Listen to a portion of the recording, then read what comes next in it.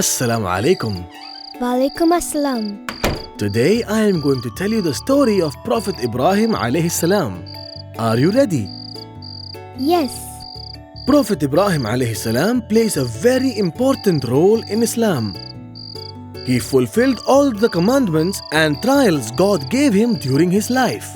As a result of his unwavering faith, he was promised by God to be a leader of all the nations in the world.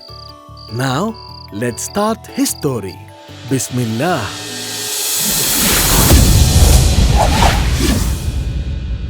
The story of Prophet Ibrahim alayhi salam. Prophet Ibrahim alayhi salam was born in the kingdom of Babylon a long time ago. He was blessed with wisdom even when he was a child, and this made him very special.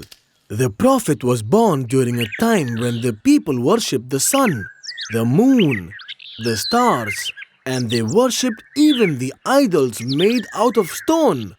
Ibrahim's father was a sculptor, and he used to make the idols with his own hands. His father never used to worship Allah at all. As a child, he used to sit and watch his father carving out these statues from stone. Ibrahim got curious about these funny-looking statues, and sometimes he used to play with them. But when he saw the same statue in temples, he got confused. He wondered why the people were prostrating before these stone idols. So he decided to ask his father about it. One day when his father was carving a statue of Mardukh, the Prophet asked his father, "Baba, why are people worshipping these toys that you are making yourself?" "They represent our gods," his father replied. "We should worship them to get favors from gods." "Why does it have such big ears, Baba?" the Prophet asked. "This statue is the god of gods, the Mardukh," he replied. The big ears represent his deep knowledge. Even though Ibrahim was only 7 years old at that time, he couldn't control his laughter. As time went by, Ibrahim grew with knowledge and wisdom. He knew that Allah was the only true God. His hatred for the idols increased as he grew older. Ibrahim had now turned 16 years old. Whenever he went to the temple along with his father, he was sad to see his people still praying to the idols. He saw that the people were offering sacrifices, seeking forgiveness of their sins. One day, Ibrahim left his home in search of Allah, the true God.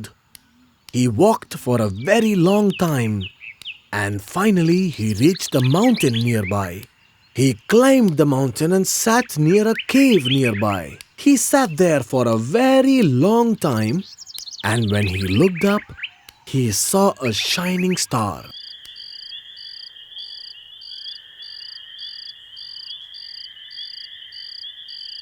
When he saw the beauty of the star, he wondered if this star could be Allah. But after a while, the star disappeared.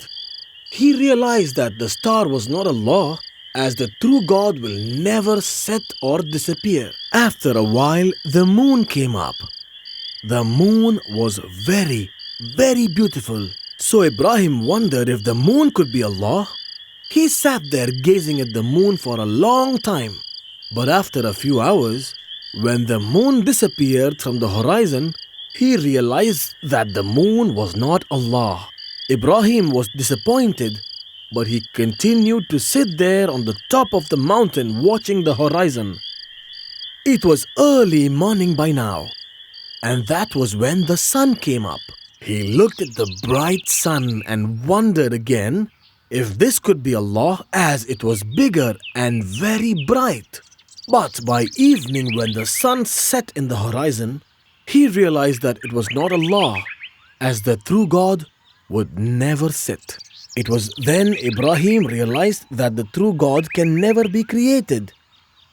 He understood that Allah is the creator of everything, even the sun, the moon, and the stars. He then prostrated on the ground offering his thanks. He knew that Allah had just guided him to the truth. It was then he realized that Allah had chosen him to be a prophet. God had chosen him to guide his people. It was going to be a new life for Prophet Ibrahim alayhi salam. He then traveled back home to tell his father about the great news.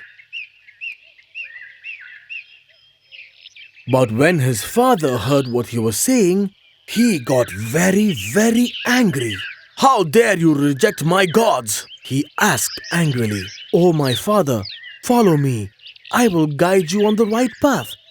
Allah will punish you if you don't repent." The Prophet pleaded with his father. "I will ask people to stone you if you don't stop speaking like this."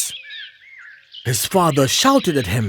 The Prophet was then asked to leave the house by his father. Ibrahim was sad for his father, for he had turned him away. He realized he could do nothing more. So he left home and walked away. He then went to the other people in his kingdom to guide them. He realized that it was his mission to call people back to Allah. Ibrahim went to the market and shouted to them, "Allah is the one and only true God. There is no other God but Allah. There is nobody worthy of worship except Him.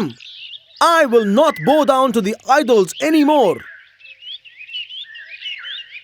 The people at the market got really angry when they heard him speak like this.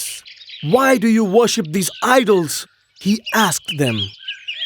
"Don't you realize they have no power?" The people threatened him to go away, so Ibrahim had to leave the market. But the Prophet thought of a plan to show them that the idols were not real gods. One day there was a big celebration near the river bank, and the Prophet knew that everyone in the city would be present there. The Prophet waited till he was sure that there was nobody left in the town. He then took an axe and went inside the temple. There were many idols kept inside the temple, and the Prophet started smashing the idols with his axe. One by one he smashed all the idols, except for one. That was the biggest idol inside the temple. He hung the axe around the neck of the statue and left the temple.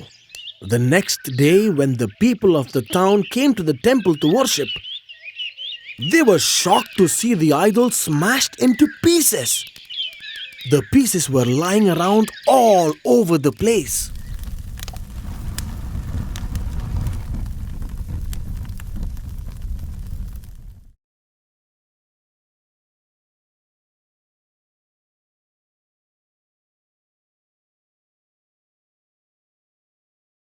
They gathered together and discussed who could have done this terrible act. "There was a young man at the market yesterday," one of them said. "He was speaking against our gods." "I know this person. His name was Ibrahim," said the other. The people found Prophet Ibrahim and brought him to the temple. "Are you the one who has done these to our gods?" they asked him. "It was the statue here. Yes, that big one," the Prophet replied. "Why don't you ask him? He will tell you if he can speak." This angered the people further. "You know very well that these idols do not speak." Then Prophet Ibrahim said, "Then why do you worship these idols who cannot speak, nor do they see or hear? Have you lost your minds?" The people were ashamed and looked around, and they saw the shattered pieces of idols lying everywhere. Some of them realized that Ibrahim was saying the truth, but the others were still very angry with him. "Punish him!" they shouted. They wanted to take revenge for shattering the idols. They tied him in chains and gathered around to discuss how they were going to punish the Prophet. "Let's burn him in fire," one of them said. "Let's build the biggest fire anyone has ever seen and throw him into it." Everyone thought it was a great idea. The people of Babylon then started building a fire so large that even the birds could not fly above it. It was so hot that the people couldn't go near it. MashaAllah, that was such a great story. That's all for today. I'll tell the rest of the story tomorrow. Okay, Baba. Shall I ask you a few questions from the story? Yes. Where was Prophet Ibrahim alayhi salam born? Babylon. He was born in Babylon. MashaAllah, that's the right answer.